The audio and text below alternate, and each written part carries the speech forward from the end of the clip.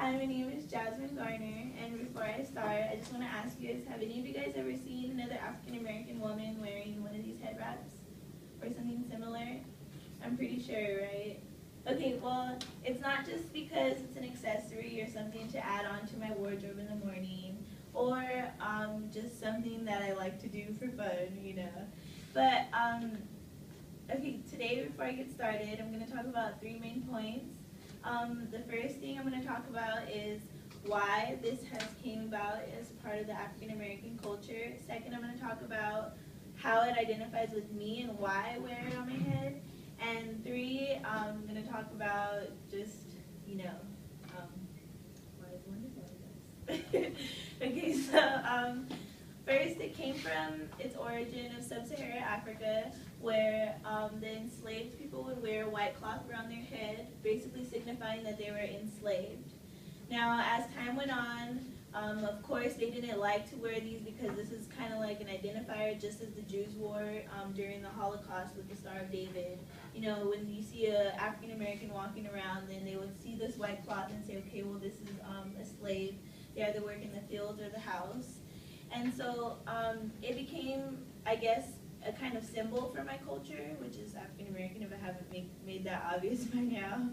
But it became kind of like a symbol for our culture, and over time it has turned into something more than just a symbol. It has turned into a sense of pride and a sense of just saying I'm here and I'm proud to be who I am.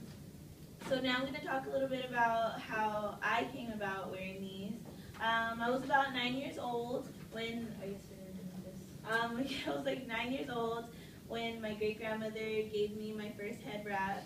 It was, I just remember it being like a floral print, and I was kind of just wondering, like, well, what do I do with it? Like, I had seen my great-grandmother and my mother wrap their hair every night, and it's something similar to this, but instead of my hair being all the way out, my hair would just be all in and tucked.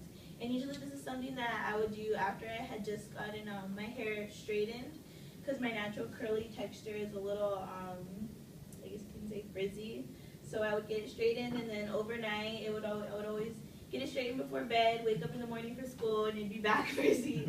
So my great-grandmother introduced this headscarf to me, and I would just wrap my hair, and then overnight while I'm asleep, it'll just kind of stay in its place, I guess. So then in the morning I just wake up, shake, and I go.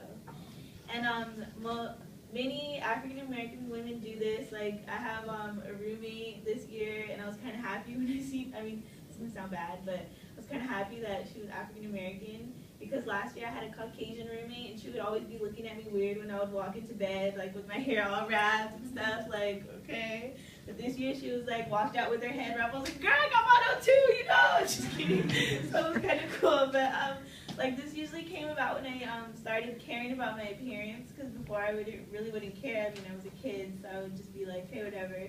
But ever since then, I've been wrapping my hair. Usually in different cultures, you might see other people maybe wrap it around like a turban. Like, they can do this little knot style, where it'll just kind of like turn around. I can't really do this nicely without a mirror. But, you know, I'm pretty sure you guys have seen it, where it's like a knot at the top of the head or the side or something similar to that. So it has changed over time, but to me it still holds the same purpose, which is just laying my hair down. But doing this research, I kind of found that it does symbolize something about my ancestry, and it kind of just makes me proud to wear it and proud to be a part of my culture, because, I mean, not everybody kind of has their own little things, but this kind of brings me together with like I said earlier with my roommate, like, it was an automatic connection, like, okay, we have something in common other than just our skin color. And yeah, catch my breath, I'm talking a little too fast here. Okay, so I moved on to when it came significant to my life, and now I'm just gonna tie it all in together. Once again, they're the origin of sub-Saharan Africa, and they meant enslaved, basically. They would get white cloths, or if they didn't have a white cloth, they would just find any type of material and tie it around your head.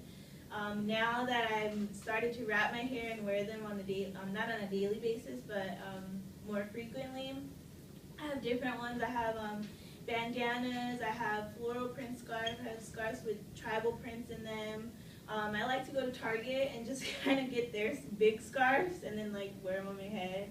They look huge, but it's kind of just like, I don't know, I like it. So that just brings me. And yeah, you know, I stand today before you, able to say that, yes, I do wear a headscarf every night before I go to bed, but it is okay because I wake up with smooth edges.